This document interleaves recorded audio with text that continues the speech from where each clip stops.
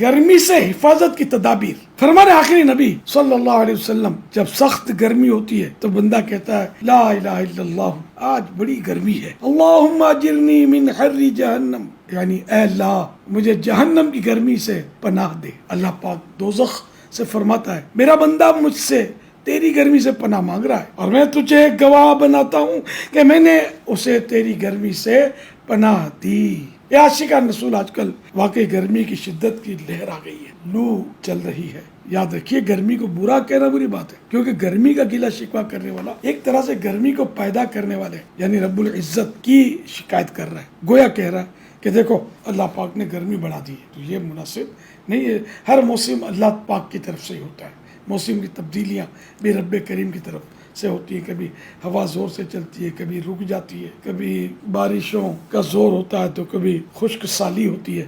تو ہر حال میں ہمیں محتاط گفتگو کرنی ہے. اللہ پاک ہمیں دنیا کی شدید گرمی اور قبر و آخرت اور قیامت کی گرمی سے اپنے حفظ و امان میں رکھے. اس دنیاوی گرمی سے جبکہ اس کی شدت بڑھ جائے خاص کر اپنے بال بچوں کی حفاظت کرنی چاہیے اور ان کے لیے احتیاطی تدابیر بھی اختیار کرنی چاہیے. جب گرمی کی شدت ہو تو بلا ضرور سخت دھوپ میں نکلنے سے بچیے. مسجد میں باجماعت نماز تو ضرور ادا کرنی ہے. نماز ظہر ادا کرنے کے لیے خاص کر جاتے ہوئے چھتری وغیرہ لے لیجیے یا سر پر گیلا تولیہ رکھ لیجیے. پیاس کی شدت ہو یا نہ ہو دن میں کم از کم 12 سے 15 گلاس پانی پینا چاہیے.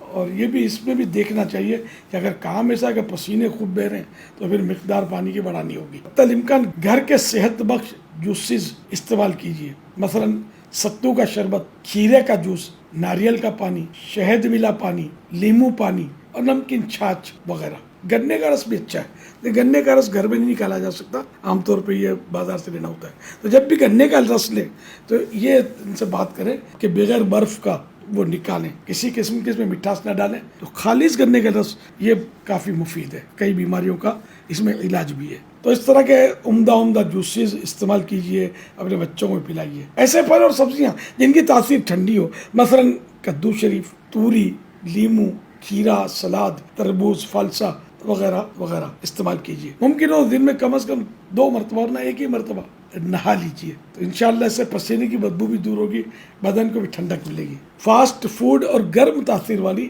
غذاؤں سے پرہیز کیجیے، مثلا پیزا، برگر، سموسے، رول، شوارما، کباب، ابلے ہوئے انڈے، کافی وغیرہ سے ویسے ہی بچنا چاہیے. اور چائے بھی اتنی مفید نہیں ہے، تو جتنا ہو سکے ان سے بچنا ہی مفید ہے. اور اس موسم میں خصوصاً گرمی کی شدت ہو تو زیادہ احتیاط کی جائے. آخر مرض ہے کہ دنیا کی گرمی کی شدت کے وقت میدان قیامت کی کڑی دھوپ اور نہ ختم ہونے والی پیاس کو یاد کر کے ہر قسم کے گناہوں سے توبہ کرنی ہے اور ہمیشہ ہمیشہ کے لیے گناہوں سے بچ کر زندگی بسر کرنی ہے. مزید معلومات کے لیے مکتبۃ المدینہ کا رسالہ گرمی سے حفاظت کے مدنی پھول خود بھی پڑھیے اور مرحومین کے اصالہ ثواب کے لیے تقسیم بھی کیجیے. مفت پڑھنے یا PDF حاصل کرنے کے لیے دعوت اسلامی کی ویب سائٹ سے فری ڈاؤن لوڈ کیجیے اور دوسروں کو شیئر کیجیے.